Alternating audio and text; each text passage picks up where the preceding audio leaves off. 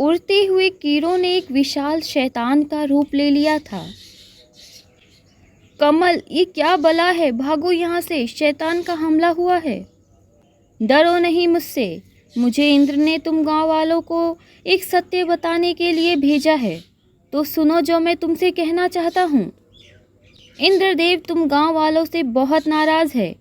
वो इस गांव के इंसानों से बहुत नाराज़ हैं और इसलिए उन्होंने मुझे तुम्हारे गांव की सारी फसलों को बर्बाद करने के लिए भेजा है।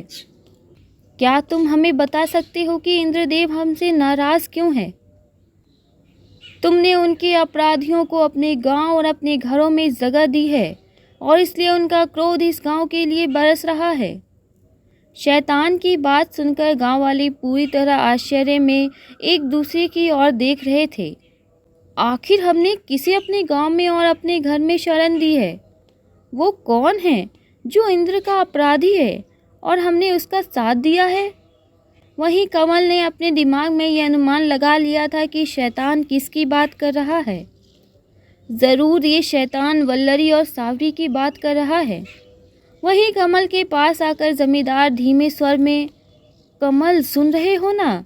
मुझे पता है ये शैतान किसकी बात कर रहा है। ये तुम्हारी पत्नी वल्लरी और तुम्हारी साली सावरी की बात कर रहा है। हे दानव देव, हमारी रक्षा करे, हमें इंद्र के क्रोध से बचाए दानव देव। हमने किसी भी इंसान या अन्य ऐसे किसी को अपने गांव में स्थान नहीं दिया है दानव देव जो इंद्र का दोषी है। अगर आप हमें उस दोषी का नाम बता दें कि वो कौन है तो हम सारे गांव वाले मिलकर उसे आपके चरणों में बलि चढ़ा देंगे दानव देव। गांव वालों की बात सुनकर कमल अंदर ही अंदर घबरा गया था। अगर इस दानव ने कहीं गांव वालों को वल्लरी और सावरी के बारे में बता दिया तो मैं वल्लरी सावरी की रक्षा नहीं कर पाऊंगा और ये गांव वाले वल्लरी और सावरी की सच्चाई जाने बिना उन दोनों को इस दानव को दे देंगे, जबकि ये गांव वाले नहीं जानते इंद्र की सच्चाई की कितना षड्यंत्र रचा है उसने वल्लरी और सावरी के लिए। मुझे किसी भी तरह से वल्लरी और सावरी को बचाना होगा। हे दानव देव, आप हमें उसका नाम बताइए, हम उसे अभी लाकर आपके चरणों में समर्पित कर देंगे। तो सुनो उन अपराधियों का नाम और उसी के साथ उसका नाम भी जिसने उन अपराधियों को अपनी शरण दी है। कमल चाहते हुए भी वल्लरी और सावरी के लिए कुछ नहीं कर पा रहा था, तो वहीं दानव गांव वालों के सामने सच्चाई उजागर करता जा रहा था। वे गुनहगार वही है जिन्होंने तुम्हारे गांव में मौत का तांडव मचाया हुआ है। वही दोनों चुड़ैले जिन्होंने तुम्हारे गांव को मौत के आतंक से भर दिया है। अभी वह दानव और आगे कुछ कहता उससे पहले ही वल्लरी और सावरी ने दानव पर हमला कर दिया था।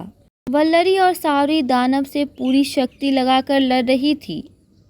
वे दोनों चुड़ैलों ने दानव देव पर हमला कर दिया। हमें दानव देव की मदद करनी चाहिए। हमें भी उन दोनों चुड़ैलों पर हमला करना चाहिए। नहीं, हम उतने ताकतवर नहीं हैं जो उन चुड़ैलों से लड़ सके। दूर हो जाओ सब लोग, सब अपनी जान बचाओ। वल्लरी और सावरी ने दानव को दोनों हाथों से मजबूती से जकड़ रखा था। तुम दोनों जानती हो कि तुम मुझे नहीं मार पाओगी। बेहतर होगा कि तुम दोनों अपनी सच्चाई गांव वालों को बता दो। कह देना तुम अपने इंद्र से कि वे हार चुके हैं। हम नहीं डरते उनके षड्यंत्रों से। दीदी चलो इसे पहुंचा दे अब वहीं, ताकि ये जाकर उन्हें बता सके। और तभी दोनों मिलकर उस दानव को जंगल की ओर उड़ा कर जा चुकी थी। ये देखो, वो दोनों चुड़ैलें वापस आ गई हैं। अब मरने के लिए तैयार हो जाओ गांव वालों। सबसे पहले इस कमल को मारकर वापस से स्वर्ग भेज देते हैं। वैसे भी ये स्वर्ग का ही है, पर इसे कुछ भी अपने बारे में याद नहीं। आखिर कौन सा नया राज खुलने वाला है, जानेंगे अगले वीडियो में। कहानी पसंद आ रही है तो वीडियो को लाइक और चैनल को सब्सक्राइब करना ना भूलें।